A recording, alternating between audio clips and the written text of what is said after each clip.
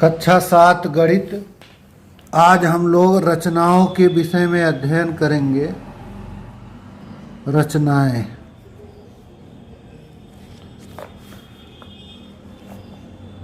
इसमें पहले निर्मेय number 1। निर्मेय number 1 है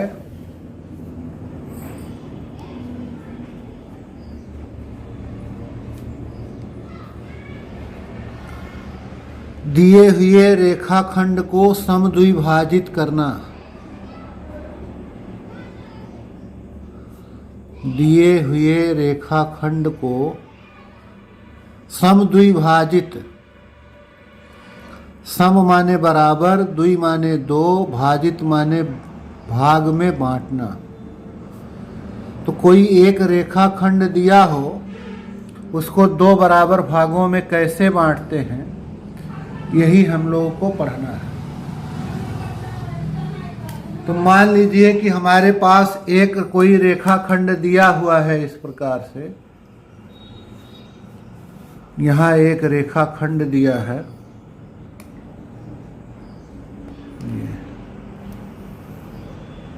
पी क्यू। ये रेखाखंड है पी क्यू। इसको समद्विभाजित करना है, दो बराबर भागों में बांटना है। तो इसको बांटने के लिए इस रेखाखंड के एक सिरे P पर हम इस प्रकार को रखते हैं। ये प्रकार की नोक P पर रखा, और ये जो P से लेकर के Q तक की दूरी है, इस पी क्यू के दूरी के आधे से अधिक अनुमान लगा लेते हैं। ऐसे ये पी क्यू है तो आधे से कुछ अधिक दूरी ले करके इस रेखाखंड के ऊपर और इस रेखाखंड के नीचे चाप लगा देते हैं, आर्क बना देते हैं। फिर उतना ही दूरी लेकर, इस प्रकार में उतनी ही दूरी लेकर, घटाना बढ़ाना नहीं है, ये डिस्टेंस जो पी क्यू के आधे से अधिक का था, उतनी ही दूरी लेकर अब पी क्यू के क्यू सिरे को, पी क्यू के क्यू सिरे को केंद्र मान करके पुनः चाप लगाएंगे रेखाखंड के ऊपर और रेखाखंड के नीचे। तो हम देखेंगे कि ये दोनों चाप, जो एक बार P को केंद्र मान करके लगाया गया, एक बार Q को, दोनों चाप रेखाखंड के ऊपर और नीचे एक दूसरे को दो बिंदुओं पर काटते हैं। अगर एक बिंदु है ये R, जहाँ काटे हैं एक दूसरे, और एक है यस, तो इसी R और यस को एक सीध में करके एक रेखा खींच देते हैं, या एक कहे कि रेखाखंड खींच देते। ऐसे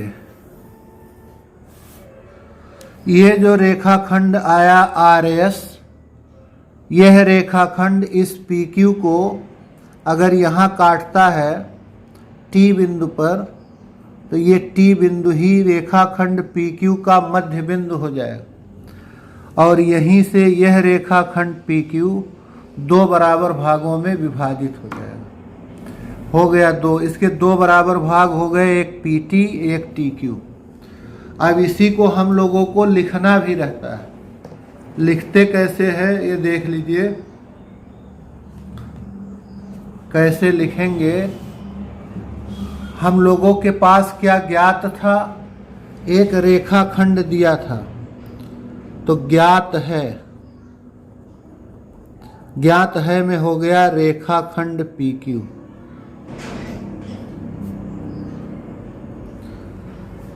रचना करनी है, क्या हमें कार्य करना है? रचना करनी है, इस रेखाखंड PQ का समद्विभाजक रेखा खींचना है। रेखाखंड PQ की समद्विभाजक रेखा खींचनी।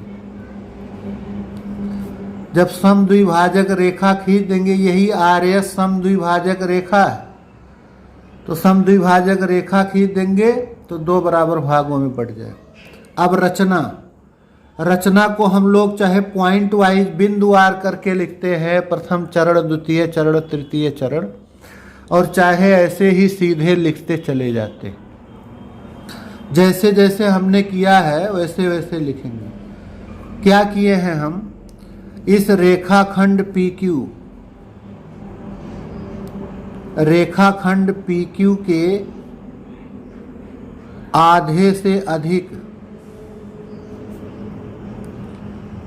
आधे से अधिक माप की त्रिज्या लेकर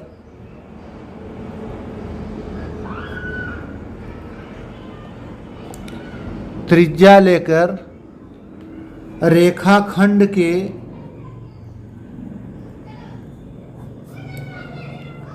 अंत्य बिंदुओं, रेखाखंड के जो सिरे हैं, रेखाखंड के अंत्य बिंदुओं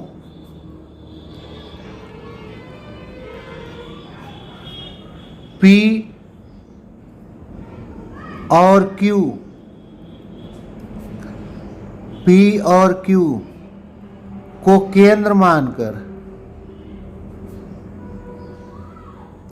एक बार P को केंद्र मानकर, एक बार Q को केंद्र मानकर, बारी बारी से रेखाखंड के दोनों ओर, रेखाखंड के दोनों तरफ, माने ऊपर और नीचे, रेखाखंड के ऊपर, रेखाखंड के नीचे, दोनों तरफ अर्धवृत्ताकार चाप लगाएंगे।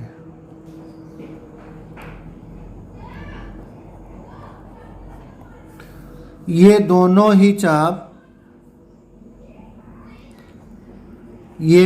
चाप एक दूसरे को दो बिंदुओं, ऊपर भी दोनों चाप एक दूसरे को और नीचे भी दो बिंदुओं R और S पर काटते हैं।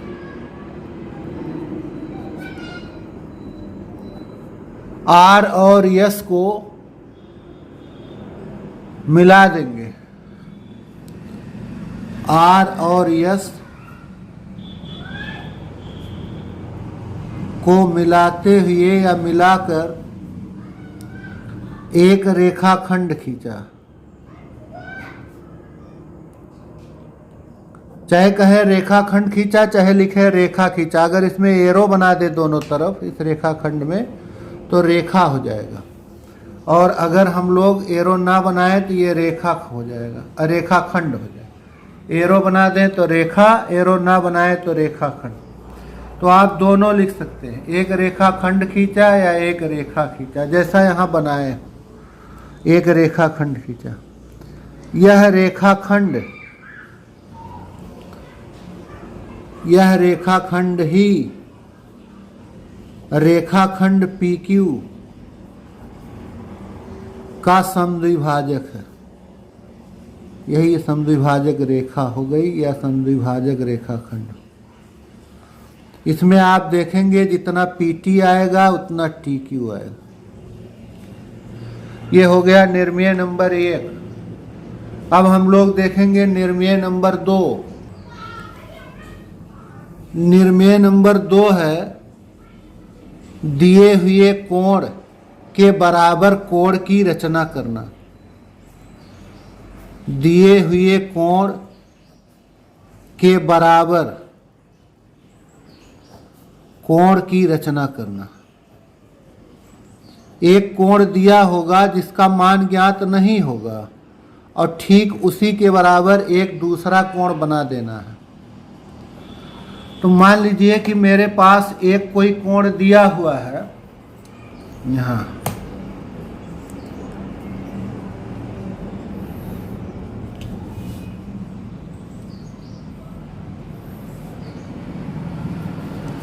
ये एक यहाँ कोण दिया है, चाहे जितना भी अंश हो गया ए बी सी। इसी कोण के बराबर एक दूसरा कोण यहाँ बना देना है। तो इस कोण के बराबर दूसरा कोण मान लीजिए कि हमें यहाँ बनाना है पी क्यू के पी पॉइंट पर, पी बिंदु पर। तो कोण ए बी सी के बराबर बिंदु पी पर कोण बनाने के लिए सबसे पहले हम बी को केंद्र मानकर एक चाप लगाएंगे। कोई भी त्रिज्या ले ले, चाहे जितनी त्रिज्या, कोई भी दूरी प्रकार में ले ले। ये बी को केंद्र मानकर अर्धवृत्ताकार चाप लगाया। ये चाप रेखाखंड ए बी को डी बिंदु पर और रेखाखंड बी सी को ई बिंदु पर काटता है। अब बिल्कुल इतनी ही त्रिज्या का, जितना यहाँ बी को केंद्र मान करके अर्धवृत्ताकार चाप लगाए थे, उतनी ही त्रिज्या लेकर पी को केंद्र मानकर एक चाप लगा देंगे।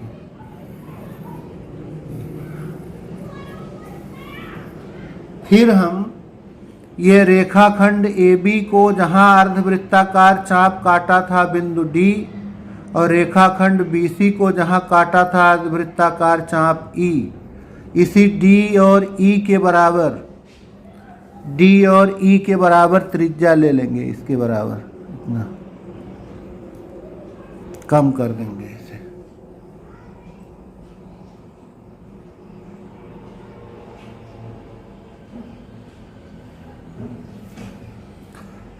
और ये जब P को हम लोग केंद्र मान करके अर्धवृत्ताकार चाप खींचे हैं, मान लीजिए ये R बिंदु पर काटा था अर्धवृत्ताकार चाप रेखाखंड PQ को, तो अब R को केंद्र मान करके और इसी DE के बराबर, यही DE के बराबर दूरी लेकर R को केंद्र मानकर एक चाप लगा देंगे। यह चाप पहले वाले अर्धवृत्ताकार चाप को यस पर काटता है। अब P और यस को सीध में करके एक रेखाखंड खींच देते हैं, मिला देते हैं P और यस को। P और यस को मिलाने वाली रेखा खींच दे ऐसे। तो अब ये जो कोण तैयार हुआ, कोण यस पी क्यू, ये कोण निश्चित रूप से इस कोण ए बी सी के बराबर होगा, इसके बराबर। अब यही बात यहाँ लिखनी भी है। देखिए क्या क्या ज्ञात है, क्या रचना करनी है, रचना के क्या चरण हैं, सब लिखना है। तो ज्ञात है ये कोण ए बी सी। रचना क्या करनी है,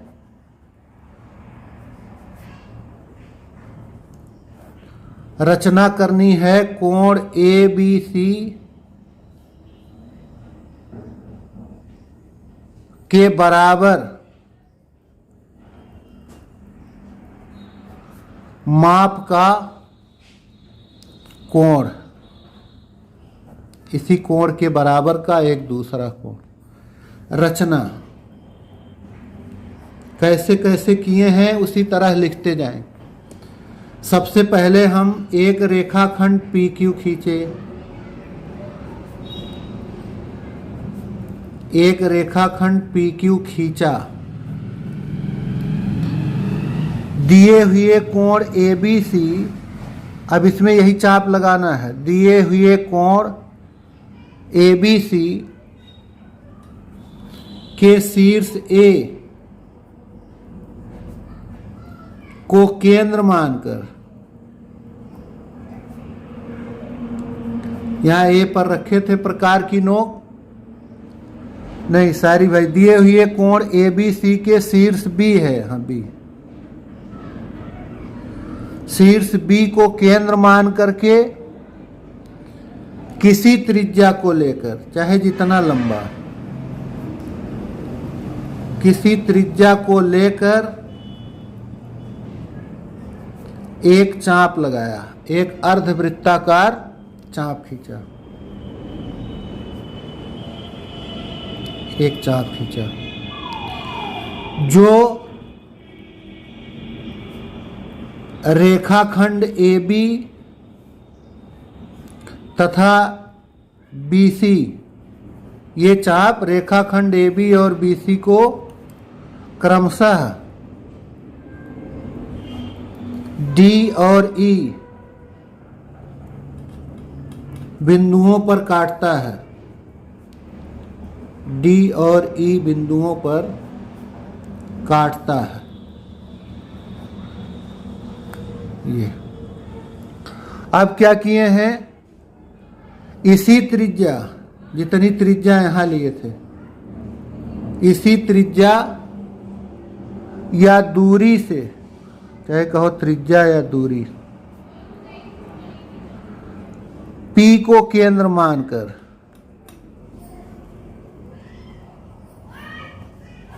P को केंद्र मानकर चाप लगाया। यह चाप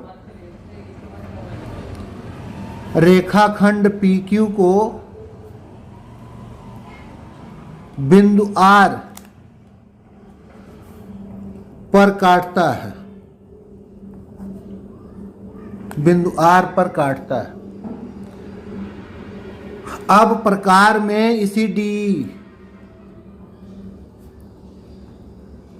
अब प्रकार में DE के बराबर दूरी लेकर, DE के बराबर दूरी लेकर बिंदु R को केंद्र मानकर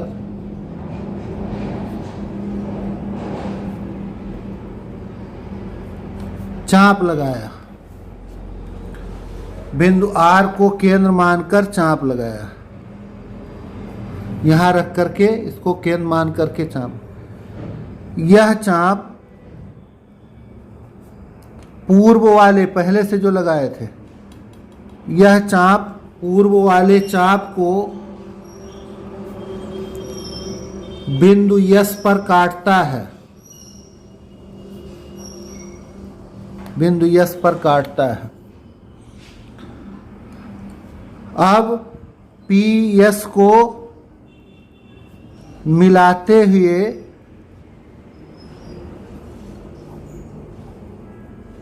PS को मिलाते हुए T तक बढ़ा दिया, T तक PS को मिलाते हुए T तक बढ़ाया। अब यहां जो कोण बन गया, कोण SPQ, कोण SPQ या T से शुरू करें तो कोण TPQ। इस प्रकार निर्मित कोण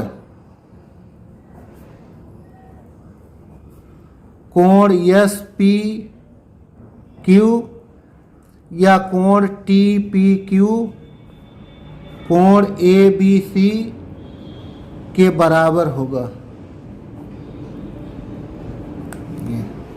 तो ये दो निर्मेय हो गई, एक किसी रेखाखंड को दो बराबर भागों में बांटना, एक दिए हुए कोण के बराबर कोण की रचना करना। अब हम और भी निर्मेय अगले वीडियो में बताएंगे।